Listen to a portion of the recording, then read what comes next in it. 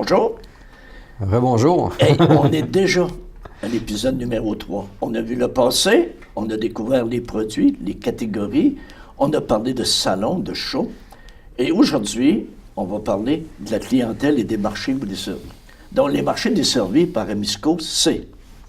Alors, géographiquement, c'est un peu plus aux États-Unis qu'au Canada, mais on pourrait dire que c'est à peine un peu plus, alors presque 50-50 en termes de pourcentage. Maintenant, au niveau des types de clientèle, nous, la clientèle la plus importante demeure et demeurera pour longtemps, on pense, les détaillants traditionnels avec des magasins physiques.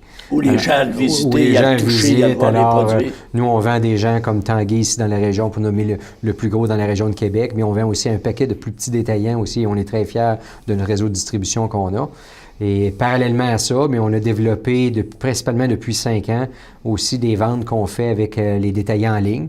Alors nous, on ne vend pas directement en ligne, mais on a des partenaires en ligne comme Wayfair qu'on voit de plus en plus au Québec dans les publicités, autant aux États-Unis qu'au Canada, les Costco par exemple, .ca, .com, Overstock et ce genre de clientèle-là aussi qu'on a développé.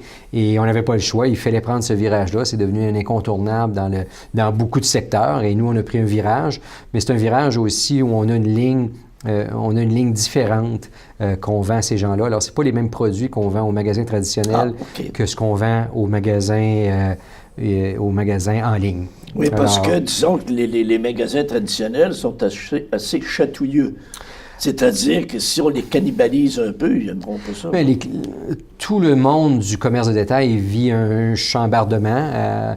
Dans certains secteurs plus que d'autres, mais il y a un chambardement assez important qui se passe actuellement, puis on le voit dans les nouvelles sur le commerce de détail. Mais nous, on pense toutefois que les bons détaillants qui vont être plus expérientiels, ils vont devoir offrir plus de valeur ajoutée, plus de services et ces choses-là. Mais on est confiant, nous, qu'il y a un bon nombre de détaillants qui vont bien faire quand même dans ça et qui vont être bien positionnés pour l'avenir. Mais le virage vers les ventes en ligne était aussi un incontournable pour nous. Et on a trouvé une façon de faire les deux et d'accommoder les deux, puis sans avoir une compétition malsaine dans entre les deux canaux de distribution. Puis même aussi, les détaillants traditionnels sont obligés aujourd'hui d'avoir une section. De plus en plus, ils doivent aussi... Ils n'ont pas le choix d'aller sur le web, eux autres aussi. Ils doivent aussi vendre en ligne, effectivement. Si demeurent dinosaures, ils vont disparaître, eux autres aussi. C'est le consommateur qui décide, de plus en plus, c'est le consommateur qui décide de qui achète, quand il achète, où il achète. Alors, est-ce qu'il veut acheter pendant qu'il est en magasin? Est-ce qu'il veut retourner chez lui le soir, acheter pendant qu'il est sur son sofa, avec sa tablette? Alors, c'est le consommateur aujourd'hui. Est-ce qu'il veut magasiner parce qu'il fait de l'insomnie sur le net à 3 heures du matin? Ça arrive, ça. C'est vrai qu'il y a toutes sortes de consommation. Alors, il faut s'adapter. OK. Et vous m'avez mentionné aussi que Amisco a une section, entre guillemets, contrat ou encore institutionnel. Oui, effectivement. Alors, on a 2 personnes ici à l'interne qui travaillent sur la division contrat. Alors, on vend aussi des versions modifiées de nos produits où il y a une construction à ce moment-là de grade contrat. Par exemple, au niveau du rembourrage, principalement au niveau du rembourrage, on va avoir une qualité de fond de grade contrat, puis on va utiliser des tissus, des recouvrements de grade contrat à ce moment-là, et on va vendre aux restaurants et aux hôtels un peu partout en Amérique du Nord. Alors, c'est aussi une partie intéressante de notre business. Comme aussi dans cette section-là, des designers comme Lemay, Michaud, ces choses-là, qui bâtissent, ils refont des endroits, des restaurants. Ça peut être le genre de client, effectivement, qu'on va viser, effectivement. OK. Oui. Et dans le futur, qu'est-ce qui s'en vient au niveau de votre distribution? Est-ce qu'il y a encore des choses que vous allez améliorer?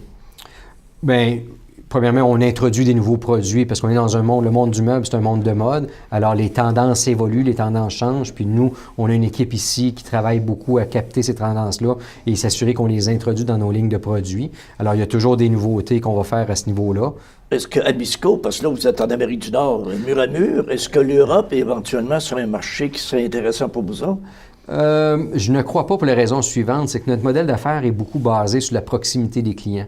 Nous, par exemple, pour les magasins traditionnels, on offre une panoplie de combinaisons de couleurs, de choix de couleurs, de revêtements de métal, de 80 tissus, 14 couleurs de métal, des essences de bois de différentes couleurs. Et c'est ce qu'on produit rapidement et livre rapidement.